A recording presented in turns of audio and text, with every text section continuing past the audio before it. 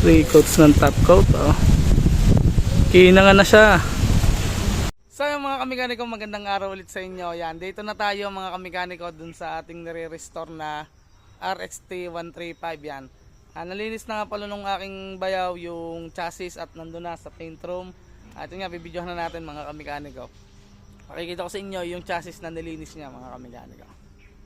Ay, mga kamikaniko, ito nalinis na natin yung chassis. Yan, yun to yung linis natin mga kamikaniko.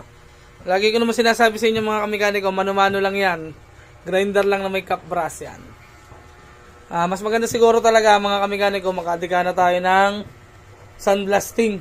Yung tuyo, yan, yung hangin lang. Kasi meron naman tayo dito yung wet blasting, yung may tubig. Kailangan natin umadika ng siguro mga 10 horsepower na compressor yan. Siguro ganun kalakas para mas maganda yung kalabasan. Kaso hindi pa kaya ng budget natin, kaya yan, mano-mano muna. Pero makaslap naman yan mga kamikaniko. Hindi nga lang, yung mga singit-singit talaga, hindi siya maabot ng pang, meron siyang mga kalawang, pero binawasan naman natin ng pakudkod mga kamikaniko. Pero yung labas niyan mga kamikaniko, yan, yung talagang kayang abutin ng panglinis, linis talaga yan. Yan. Kasi alangan naman natin pinturahan ng hindi malinis mga kamikaniko. Yan o, kita nyo dyan o.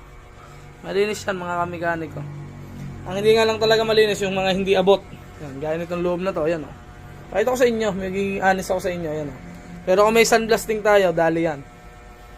Ubos yan. Ubos yung kalawang na yan. Kaso, hindi pa tayo nakakadika. Siguro mga ilang restore pa. Nakakadika na tayo ng ating sandblasting na pahangin. Ayan, bugaan lang natin ang anti-corrosion. Lagi natin binubuga dyan yung kulay green. Yan, lagi ko yung gagamit ng anti-corrosion mga kamikaniko para hindi agad mga lawang. Yan, para hindi agad mga lawang yung inyo. 3 patong mga kamikaniko. Lagi ko man tinuturo sa inyo. At baka naman kayo manawa na. Di patungan lang natin. At update ko kayo pag napatungan na natin. Let's go. Update mga kamikaniko dito sa ating pinipinturahan na chassis ng RXT. Yan, meron na siyang anti-corrosion. Lalagyan naman natin siya papatungan natin ng surfacer primer, yung kulay gray mga kamikaniko. Lagi nyo naman napapanood sa vlog natin yan, yung Ansal na surfacer primer. Yan.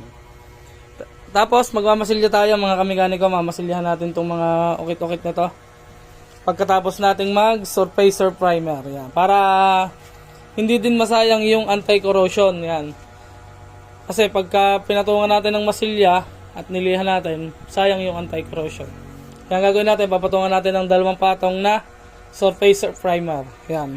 Gaya nito, butas. Papatungan natin ng masilya yan. Para naman maganda-ganda yung kalalabasan, di ba? Tsaka pababawin natin yung masasamang yan. Update na lang ulit mga kamikaniko pag napatungan na natin surfacer, pag napatungan na natin ng masilya. Jet black nga pala na ansa lang ipipintura natin dito sa chassis na to. Yan. Jet black mga kamikaniko. Paano mga kamikaniko? Update na lang mga kamikaniko. So ayan mga kamikaniko, update dito sa ating chassis. Nabughan na natin ng surfacer primer yan. Naging gray na siya. Dati ganon yan, yung green. Nalagyan na rin natin ng masilya, yung mga butas-butas, okay na rin. Apply naman natin ng jet black mga kamikaniko. Ayun, apply na lang tayo mga kamikaniko ng jet black. Update ulit mga kamikaniko. Yan, isang mabilisan lang ulit. Yun, naitiman na natin lahat mga kamikaniko. Talo na tayo sa exciting part, yung pagta-top coat. Clear coat na natin to mga kamikaniko. Pakita ko sa inyo yung output mamaya o outcome mamaya pagka natapos na natin. Top coat muna tayo. Let's go. So mga kamikaniko, ito na yung chassis na natapos natin. Okay na siya. Nalabas ko na sa paint room. Yan, kita nyo naman. Yan, biniblad na natin sa arawan at ganito siya kakintab. Yan. Kita nyo naman, no? Tagang nagkikinangan siya. Yan. Ganyan sa kakintab mga kamikaniko, yung repaint natin ng chassis. Diba? Alright na. Bali, 3 coats ng top coat mga kamikaniko. Ang ating ginawa dyan. Yan. 3 coats ng top coat. Kinangan na siya. Yan, bilad lang natin ng mga ilang oras dito para alright na siya. Alright. Napakaganda.